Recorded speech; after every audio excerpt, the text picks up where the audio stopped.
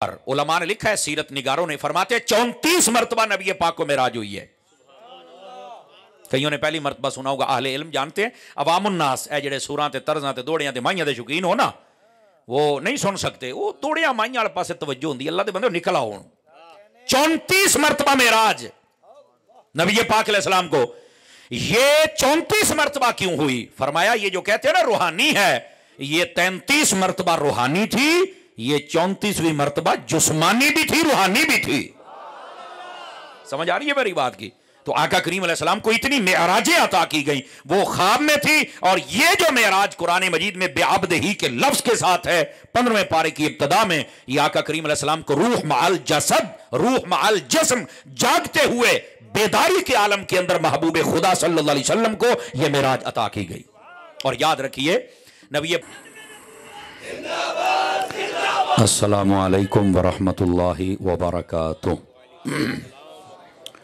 अल्हम्दुलिल्लाह या रब्बल आलमीन वस्सलातु वस्सलामु अला खातमिल अंबिया वल मुरसलीन, अम्मा बाद, फ़अऊज़ु बिल्लाहि मिनश शैतानिर रजीम, बिस्मिल्लाहिर रहमानिर रहीम।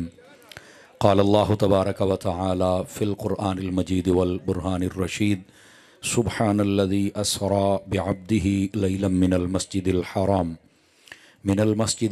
इलल मस्जिदिल अक़सा अल्लज़ी बारकना हौलहु लिनुरियहु मिन आयातिना इन्नहु हुवस समीउल बसीर। सदक़ल्लाहुल अज़ीम। इन्नल्लाह व मलाइकतहु युसल्लूना अलन नबी या अय्युहल्लज़ीना आमनू सल्लू अलैहि व सल्लिमू तस्लीमा। दुरूद पाक सभी हज़रात मोहब्बत के साथ पढ़ लीजिए। अस्सलातु वस्सलामु अलैका या सय्यदी या रसूल अल्लाह व अला आलिका व अस्हाबिका या सय्यदी या हबीबल्लाह। इंतहाई इज़्ज़त व तकरीम के लायक ज़ीनत बज़्म सादात व उलमा, मोहतरम व मुकर्रम मेहमानान ज़िवक़ार, अल्लाह रब्बुल इज़्ज़त की फ़ज़ल व तौफ़ीक़ से हम सब आज की इस खूबसूरत बज़्म पाक में शरीक हैं, जिसका उन्वान मेराजुन नबी सल्लल्लाहु अलैहि वसल्लम के हवाले से मुअन्वन है। और साथ में नबी करीम सल्लल्लाहु अलैहि व आलिहि व अस्हाबिही व बारक वसल्लम, आपके प्यारे प्यारे सहाबाए कराम अलैहिम रिदवान और प्यारी प्यारी अहले बैत अतहार रिदवानुल्लाहि अलैहिम अजमाइन के नाम भी ये महफ़िल है। मैं दुआ गो हूँ खल्लाक़ आलम आज का ये प्रोग्राम तरतीब देने पर इंतज़ामिया महफ़िल को बरक़ात कसीरा अता फ़रमाए और दूर व नज़दीक से जितने भी अहबाब व हज़रात हम सब यहाँ हाज़िर हैं, खल्लाक़ आलम सब को कदम कदम पर खैर व बरकत अता फ़रमाए। हमारे बरादर तरीक़त मोहतरम व मुकर्रम मोहम्मद काशिफ़ अत्तारी साहिब, आपने हुक्मन फरमाया था कि हमारी जो अंजमन है सिफ़ता नबी दियाँ, यूसुफ़ अत्तारी साहिब, इनका ये पैगाम था कि हमारे दोस्तों की ख्वाहिश है कि आप यहाँ पर आएंगे और अपना सबक सुना कर जाएंगे। अल्लाह की तौफ़ीक़ से ये टाइम तय पाया था। मैं हाज़िर खिदमत हूँ और मैं कोशिश करूँगा कि जो उन्वान मेरे ज़िम्मे है मैं आपके सामने वो गुजारिशात अर्ज़ कर सकूँ। दोस्तान मुकर्रम, मैं क्लास में बैठने वाला बंदा हूँ। आप अगर अपनी बातें करेंगे तो मुझसे तकरीर नहीं होगी, और अगर आप शफ़क़त फ़रमाएँ, ये प्यारे बच्चे मेरी तरफ देखें सारे, इधर और मुंडिया इधर देखो, मेरी दुआ है अल्लाह ताला आपको आपके माँ बाप के साथ हज उम्रे की सआदत दे। बेटे आप ऐसे करें, जो सबसे प्यारा बच्चा है ना वो उठ के ऐसे पीछे चला जाए। ये आपकी जगह नहीं, ये आपके बड़ों की जगह। जो सबसे प्यारा बच्चा उठ जाए, आपने नहीं बोलना। देखना ये सबसे प्यारे बच्चे हैं, ये खुद ही चले जाएंगे। ये कितने प्यारे बच्चे हैं, देखो इनके लिए सुभान अल्लाह कहो। वे पीछे पे इधर इधर इधर इधर से गुजार दें, इनको गुजार दें। गुजर जाएं बेटे, आगे गुजर जाएं, आगे गुजर जाएं थोड़ा सा। बहुत अच्छे मेरे चांद, बहुत अच्छे। गुजर जाएं मेरे चांद। इन्हें राह दोगे तो कितने जान के ना पुत्र, राह दो। आ जाएं आप, ये बड़ों की जगह है। देखिए भाई, हमारे जो भाई आप बातें बंद करेंगे तो मेरी सुनेंगे ना। मैं खलोता, मैं आप पे कर लेना, मेरा पुत्र स्पीकर मेरे कोल है, मैं आप कर लेना जो करना है। इधर देखें आप मेरी तरफ भाईजान, इधर देखें। मैं बिल्कुल महसूस कर रहा हूँ कि गली छोटी है और रश बहुत ज़्यादा है। ये आपकी जो महफ़िल करवाने की खुलूस वाला आपका पहलू है, ये उसकी झलक नज़र आ रही है। अल्लाह करीम तमाम दोस्तों की खिदमत कबूल फ़रमाए और जितने मेहमान आए हैं अल्लाह सबको खैर व बरकत दे।